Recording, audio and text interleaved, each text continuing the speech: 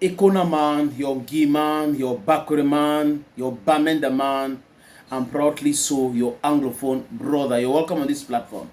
Les amis, ce qui m'intéresse ici, c'est la justice et c'est la vérité. Et je dis non à toute forme d'hypocrisie, de la roubladise. Je dis non à tous ceux qui veulent utiliser les gens pour pouvoir grimper et les tuer. C'est-à-dire que quelqu'un te donne son dos pour t'aider à traverser la fleuve, une couronne d'eau, et après, tu essayes de le noyer. Ils sont nombreux dans ce pays qui sont très méchants. Et vous les voyez, ils vont vous dire, moi je suis journaliste, je suis ceci, je suis pilote, je suis militaire. Ils sont recrutés dans toutes les professions. Ils sont foncièrement méchants, cyniques. Et c'est ce cynisme-là, les amis, que moi je condamne. Et c'est un pas jusqu'à... C'est-à-dire que c'est quand même terrible. Ils oublient rapidement. Vous savez que ceux qui sont méchants oublient. Quelqu'un te fait du mal. Quand le mal se retourne contre lui, il va commencer à se plaindre. Non, les gens sont méchants. Regardez ce que X et Y m'a fait. Mais il oublie que c'est la même chose qu'il a fait à l'autre. Il a fait ça à autrui et ça se retourne contre lui. Il s'étonne. Monsieur Obama a parlé du karma lors d'un de ses programmes sur la chaîne de télévision qui le recrute. Que le karma existe. Le karma existe. Mais lui-même devrait savoir, j'avais fait un podcast à cette époque pour dire que il est en train de parler de lui. Parce que ce karma-là, ça le touche déjà. Et ça va le toucher encore fort. Regardez sa vie, sa carrière. Ce n'est que la trahison, trahison, trahison. Ce n'est pas moi qui l'ai accusé. Amogo Belinga l'a accusé de haute trahison. Qu'il est allé en République centrafricaine. Il travaille avec la présidente de la République. Il allait tisser quelques deals avec un opposant pour pouvoir être directeur de campagne de cet opposant. Ce n'est pas moi qui le dis. C'est un reportage publié à l'époque par la chaîne qu'on appelle Vision 4. Qui est une chaîne qui distille aussi de la haine ou qui distillait de la haine. Parce qu'on avait des journalistes là-bas comme Jean-Jacques Zé qui avait parlé de dératisation chez nous les anglophones. Il faut dératiser. Vous voyez? Les gens vont devoir répondre un jour de tout ce qu'ils sont en train de faire. Mais ils pensent que nous avons oublié rapidement et tout ça là. Vous allez payer un jour, vous allez répondre. La justice va s'intéresser à vous parce que les vidéos existent. Vous faites du mal et vous oubliez facilement. Et dans ce reportage, on avait dit que lui donnait les informations aux lanceurs d'alerte. Je parle de NS Obama. Et je pense encore aujourd'hui qu'il est dans cette forme de manipulation. Parce que l'information qui circule selon laquelle il sera chassé de B-News par Ona Lucas, qui est le propriétaire de cette chaîne et qui sera remplacé par Alain Bilibi et Jolicom, je pense que sa main aussi dedans. Et maintenant, peut-être qu'il a eu vent de cette information et il commence à distiller cela pour pouvoir déconstruire et détruire le programme et le plan. Et comme ils sont toujours dans la manipulation et ils pensent qu'on n'est pas au courant, c'est des gens qui ont des journaux à gage, quand on les donne de l'argent, ils vont publier des articles, les unes et autres.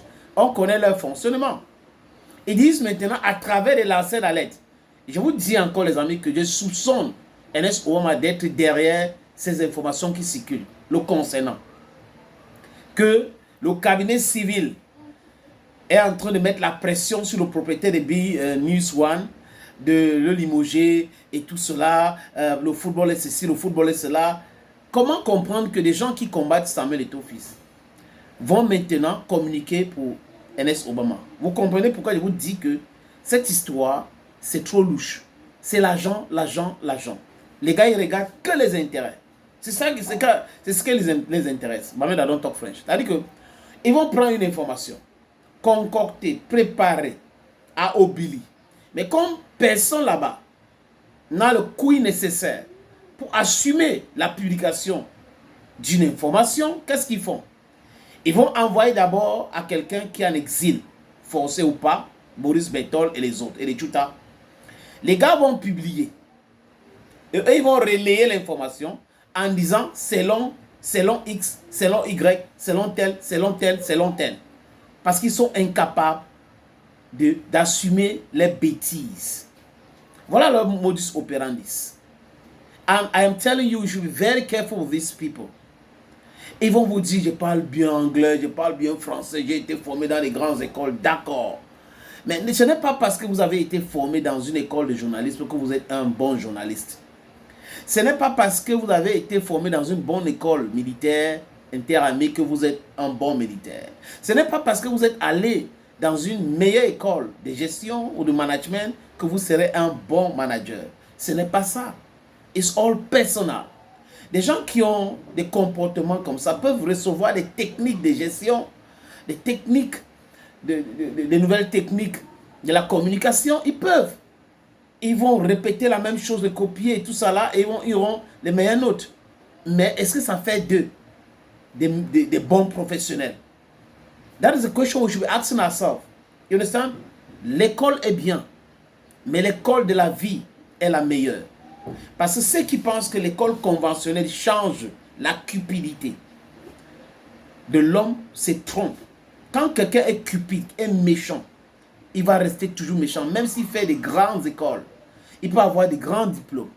Tu peux avoir ton BSc, BA, MD, tu peux avoir ton PhD. Mais si tu es quelqu'un de profondément méchant, ça ne va pas te changer. Donc nous sommes là en train d'observer. On va voir si c'est vrai cette information, mais je vous dis encore, prenez ça avec les pincettes. Parce que je soupçonne que cette information vient de NS Obama Nana. Ça vient de lui, mais il doit visiter ces différentes plateformes des réseaux sociaux. Nous parlons de citizen journalism. Allez vérifier, il va voir les commentaires de ses propres fans qui l'ont vomi. Il a été, c'est-à-dire qu'on l'a craché. Parce que son attitude, c'est une attitude de quelqu'un qui ne mérite pas le respect. Et il ne peut plus servir d'exemple. Vous savez, ça plaisait à certaines personnes quand il attaquait Camto, il attaquait tout le monde, les anglophones, il attaquait Passy, il attaquait tout le monde. Mais aujourd'hui, les gars voient en lui quelqu'un de très dangereux. C'est-à-dire à chaque fois, dès qu'il a un petit intérêt quelque part, et il se rend compte que c'est un peu en péril, ou il est un peu en difficulté là, on voit le vrai visage de l'homme. Il veut être le roi à la place du roi. C'est celui-là qui est prêt à faire du mal à son papa et aider l'oncle de prendre la place de son propre père. Parce qu'il espère que l'oncle lui sera reconnaissant pour lui remettre cette place-là. Those are how these people like him function. Donc on doit prendre des informations là avec beaucoup de pincettes. We should be very, very careful with this guy. There are many of them. I just called Jean-Jacques Zé because of his attitude towards Anglophone in the heart of the Anglophone crisis. There are so many of them who are like that. They are there because of their interests, unique interests, and not the interests of any other person. Ils s'en foutent de tout le monde. Thank you, friends. But I don't talk grammar. I don't talk French too. Bye-bye.